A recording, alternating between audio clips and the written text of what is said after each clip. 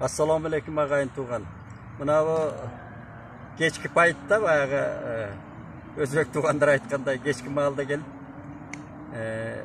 bir temabızdı aytarın aldığında mına Konfutsiy'in жаңы oturması kolmat idi. Oylar jana mayekter degen. Бұл bağlılığı ушул мага кызыкканым Кытай тилинен түз которулган. Мен буга чейин орус тилинен которулган Конфуцийди окуп келдик.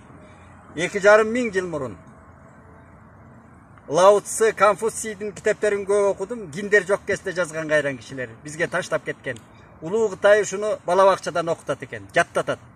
Ошондон бери анан булар жаттайт, ошон үчүн Кытай болду. Мына Кытайдын кооптулугу жөнүндө айтабыз албетте, экспансиясы жөнүндө. Ал коопту бүткүл дүйнөнүн эксперттери айтып атат. Ал эми экинчи булардын мамлекеттүүлүгү, улуу сыры, улуу жанагы улуу ажыдаардык ички сырлары. Анан бүгүнкү 21 кылымда мына лидер мамлекеттердин сап башына чыгып атат. Мына ушул илимди, ушул даоизмден илгерки Конфуцийден келет булардын илими. Мына ушуну үйрөнүшүбүз керек. Ушуну окушубуз керек. Буларды абдан сырлар жатат да. Анан кийин мына жакшынакай жаңы чыккан экен, мына кытайча тексти дагы, анан кыргызча тексти берилип атат бул жерде. Эң жакшы. Мына ошондон мисалдарды айтайынчы. Устат мындай деген дейт. Эгерде менин айткандарымды коом кабыл алып, жашоо турмушумда пайдаланса, анда бул кубаныч эмеспи? Мындай болбосо да, менин айткандарымды колдогон адам алыскы өлкөлөрдөн келсе, бакыт эмеспи? Эгерде коом айткан ойлорун пайдаланбаса да, эч ким түшүнбөсө да, ага кыжырланбай, ачууланбай чындыкты кабыл алган адам өзүн өзү тарбиялаган асыл адам эмеспи дейт. Көрдүңбү? Чындыкты кабыл алган адамды айтып атат. Менин илимимди окуса ошол бакыт эмеспи дегенди айтып атат. Асыл адам түпкү маңызга умтулат. Өзөк бекемделгенден кийин адамга бүтүндөй жанданууга деген сүйүү ойгонот. Ошондо өлкөнү башкаруунун туура жолун табат. Көрдүңүзбү? Анан айтып атат, коо сүйлөп жүзүңө карап күлүп, өңү бурулса 100 тайдылык кылган адамда адамкерчилик болушу мүмкүн эмес дейт. Мына адамга айтып атат, ошонун ичинде кыргызга абдан тиешелүү. 100 тайдылык деген. 1000 аскердик арабасы бар чоң өлкөнү башкарсаң, сый-урматың менен кызмат кыл, ишенимди акта, алдаба, чыгымдарды азайт, акчаны үнөмдө, элиңди сүй, корго деп атат. Акчаны үнөмдө деп атат. Үнөмдө, бөлтүрүк мырза, үнөмдө 280 000 долларды айына ижара жалдаба деп атат, тамаша иретинде айтайын. Үнөмдө эле биз чачып атабыз акчаны. Эми асыл адам ар намыстуу болбосо кадыр баркка жетпейт дейт. Мына биринчи ар намыс. Ар намыс бизде партиялар коюп алса эле аттары айтууга болбой калды. Учку сөздөрдүн баарын партиялар коюп алган. Ак жол, ар намыс, ата журт, ата мекен. Мына баарын коюп алышкан. Анан эми биз деле байыркы кыргыз эл катары макал лакаттарыбызда ушундай маанилер турат. Сөзсүз эле диндерден издеп, диндерди да окуш керек. Бирок турбайбы мына. Кагазга түшүрүлгөн. Өткөндө абайда айттык. Мына Конфуций 2,5 миң жыл мурун айтып атат муну. Диндер жок кезинде. Так, андан берилеп келсек. Асыл адамдын милдети гана болбостон, анын өзүнүн баалуулуктары чындык менен жалганды ажырата билген акылы болот дейт. Мына, чындык менен жалганды ажырата билген акылы болуш керек деп атат. Асыл адам алгач оюндагыларын ишке ашырат, андан соң гана элге айтат дейт. Мына мен өкмөт башчы Акылбек иним айтып коюшум керек да Жапаровка. Дегенде ишке ашырат, анан кыялыңды айтат дейт, долбооруңду. Мына, ишке ашырыш керек дегенде. Бир кадам болсо дагы. Асыл адам тегерегиндеги адамдар менен жакшы мамиле түзүп, жашыруун иш кылбайт. Майда адам жашыруун иш кылып, тегерегиндегилер менен жакшы мамиле түзө албайт дейт. Ачык болуш керек деп атат баары. Адам китеп окуп, бирок окугандар жөнүндө ой жүгүртпөсө, жөн гана убакыт коротот дейт. Ой жүгүртүп, бирок китеп окубаса, ой чектелип калат дейт. Мына китеп жөнүндө сайрап атабыз. Бизде калып калды да китеп. Китеп окулбай, газет окулбай калбады. Муну беле тиктеп отурбайбызбы? Мен ошо тиктеген үчүн сүйлөп отурбаймынбы? Мына айлам кеткенде. Мурун жазчу элем. Эми сүйлөп калдым, туугандар. А Конфуций китеп оку деп атат. Китеп окубасаң билимиң тереңдебейт деп атат.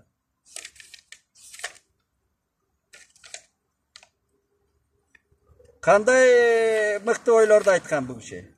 Эми бул ар бир кыргыз баласына мен сунуштайт элем, бул мыкты жаңы чыккан экен.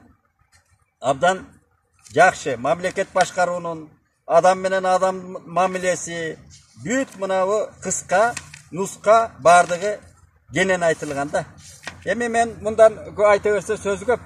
Мынабу Кытай, улуу Кытай дегенде мен 2 Кытай илипос менен сүйлөштүм. Биз соңку кездерде. Мен мурдан да эшигибиз бек болчу. Союздун убагында. Мынабу Макеле Көмүрбай деген боордошубуз бир жолу алып келди. 2012-13 жылдар болуу керек. Ванжие деген илипосту. Ал кыргыз этимологиясы деген илимди изилдеген киши экен. Докторлугун жактаган профессор. Ошо киши менен жеке сүйлөшүп калганда айтты эле. Мына 5000 жылдык тарыхыңар бар, мамлекеттүүлүгүңөрдүн деп атат. Гундардан, хундардан чыкканбыз деп империяларды айтып атат. Жок, ошол кезде эле кыргыздын мамлекеттүүлүгү болгон. Мен изилдедим, уялбай, этпей, тартынбай айта бергиле деген.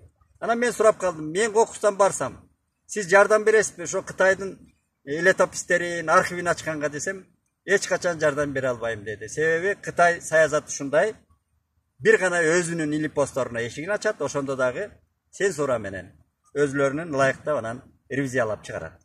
Анан биздики эле Кытайдын архивин ачабыз деген достор бар. Алар кандай ачат мен түшүнбөйм да.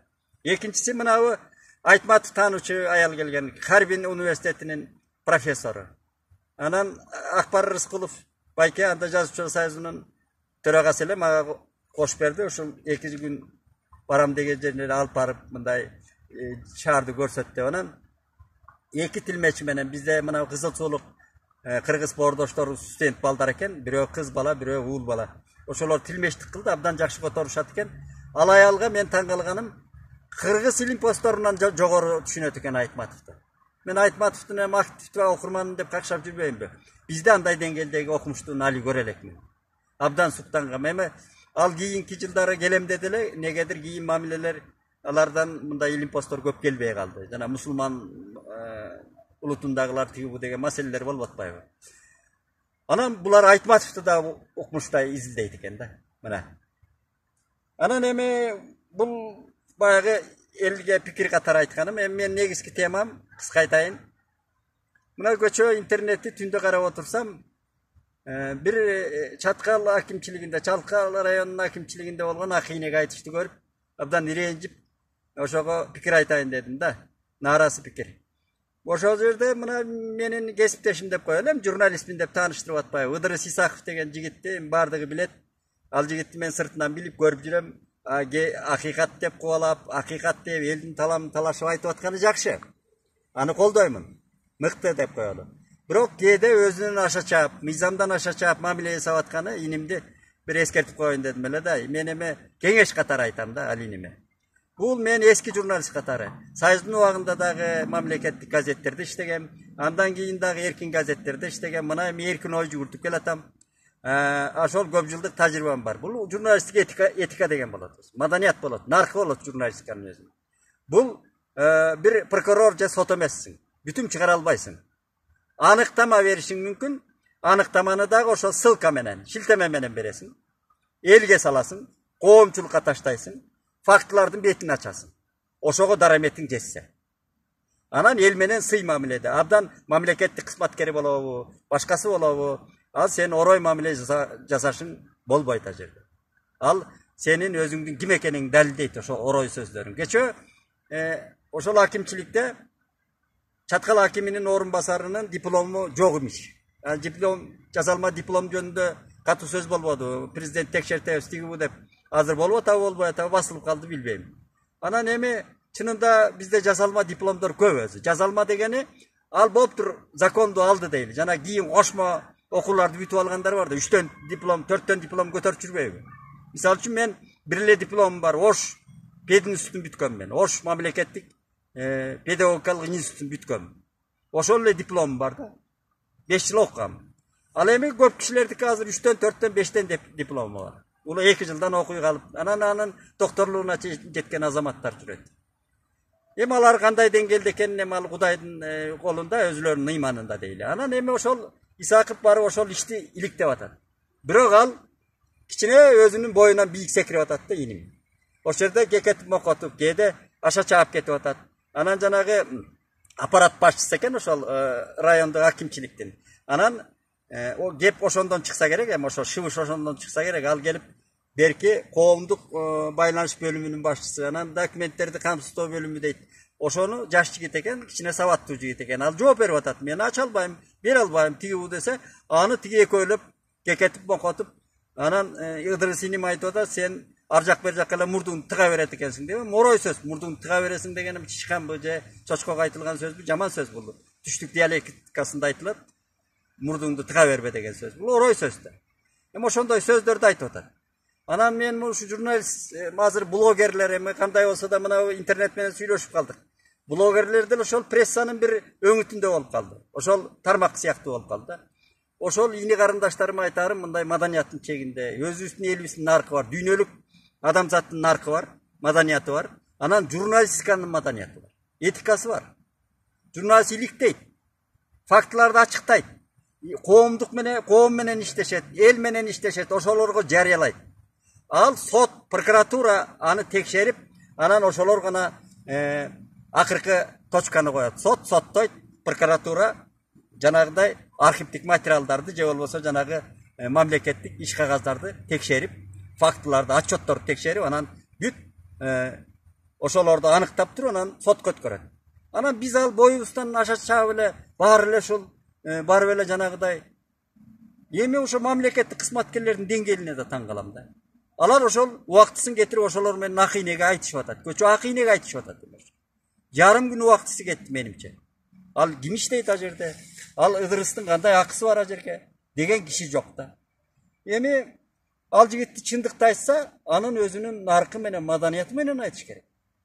Бизде сөздүн кадыры кетип, майдаланып, орой бири-бирине мамиле жасагандар. Ай, биз эми байыркы эл катары улуу Манастыдагы сабак кылып өтүп атпайбызбы? Ошо Манаста сөз угуп атпайбы? Кошойдун, Бакайдын, Алмамбеттин, Каникейдин кеңешин угуп атат. Бизде өзүнүн билгенин эле жазап эле сүйлөп калды. Эми бир өткөндө мисалды келтирейинчи, мына жана Аспек аты ким эле? Аспеков деп камалган жигит жөнүндө. Садыр Жапаровдун жанында жүргөн, анан камалып атпайбы? Аспеков беле? Ошол жигит Аспеков. Аты фамилиясын туура айтсам кечирим сурайм.